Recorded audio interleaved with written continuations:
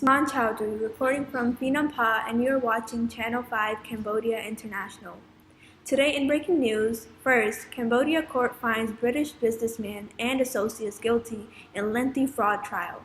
Second, exiled Cambodian opposition leader sentenced to 5 years in prison for Facebook post showing fake government pledge to dissolve border Vietnam. And lastly, Cambodian Interior Minister Sar Kheng warns officials to stop conspiring with drug traffickers and ordered checkpoints be established at the border.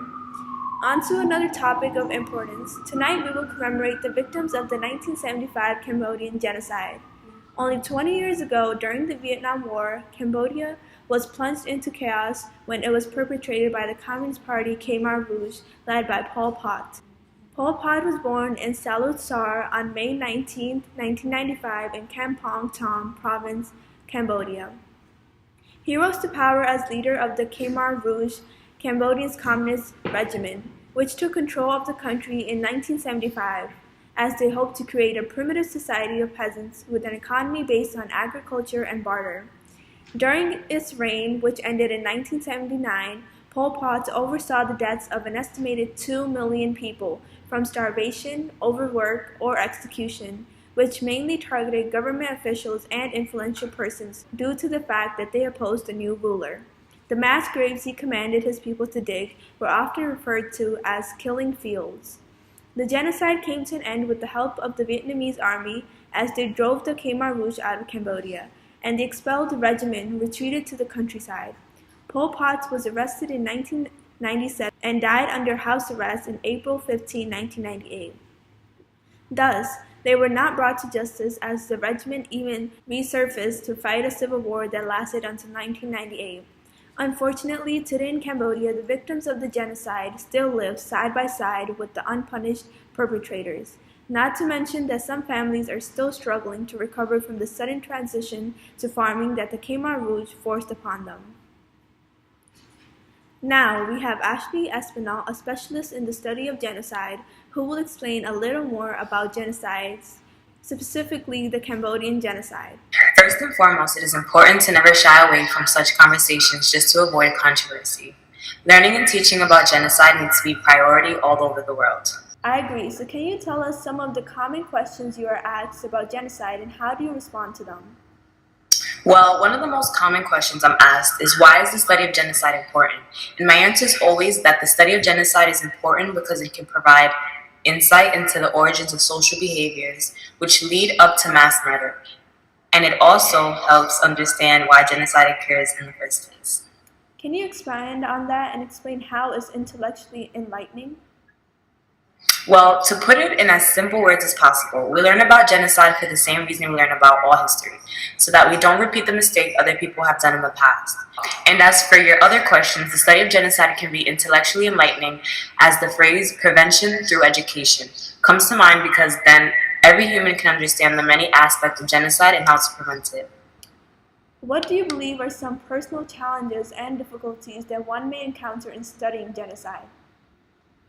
Well, one personal challenge that one may encounter in studying genocide is the inability to coin the definition of the term. Because what really qualifies as genocide? Is it most commonly defined as the mass extermination of a whole group of people in an attempt to wipe them out of extinction. But at the heart of this simple idea is a complicated tangle of legal definitions. On the other hand, one difficulty can be that if the violence is ongoing, researchers may be unable to gather information without putting themselves in danger. There's also the reality that when studying a genocide, the violence may be inflicted by a group or nation that the researchers originate from. So there can be bias in their research evaluations, and there's also the chance of denials to accept the facts of the genocide. Lastly, studying genocide can be emotionally and mentally damaging as one discovers the endless atrocities inflicted on innocent human beings. We know that you have studied the Cambodian Genocide. Can you tell us what was the reason for it? Well, civil war has existed in Cambodia since 1970. Between 1970 and 1973, during the Vietnam War, the United States bombed much of the countryside of Cambodia and manipulated Cambodian politics to support the rise of pro-West Lon Nol as the leader of Cambodia. The Khmer Rouge used the United States' actions to recruit followers and as an excuse for the brutal policies they exercised when in power. The Khmer Rouge policies were guided by its belief that the citizens of Cambodia had been tainted by exposure to outside ideas, especially by the capitalist West. Thus, the Khmer Rouge persecuted education, such as doctors, lawyers, and the current or former military and police. Christian, Buddhist, and Muslim citizens also were specifically targeted. Interestingly, earlier you gave genocide the common definition that it is the mass extermination of a whole group of people, an attempt to wipe them out of existence. However, according to what you're saying, the Khmer Rouge don't seem to target any specific group in hopes to exterminate them. Yes, you are correct. This is why many genocide scholars believe the events in Cambodia do not qualify as a genocide of the United Nations Convention, because intent to destroy one specific ethnic or religious group cannot be proven. Instead, many genocide scholars call these events an auto-genocide because it occurred across all of society instead of targeting one group. Thank you so much for all your insightful information. I can undoubtedly say that I'm much more knowledgeable on the Cambodian genocide and genocide in general, and I hope our viewers can too. Once again, thank you for your time. Of course, no problem. That brings us to the end of this segment, and we hope to see you back soon for more on breaking news. Thank you. Saman Chowdhury, Channel 5, Cambodia International.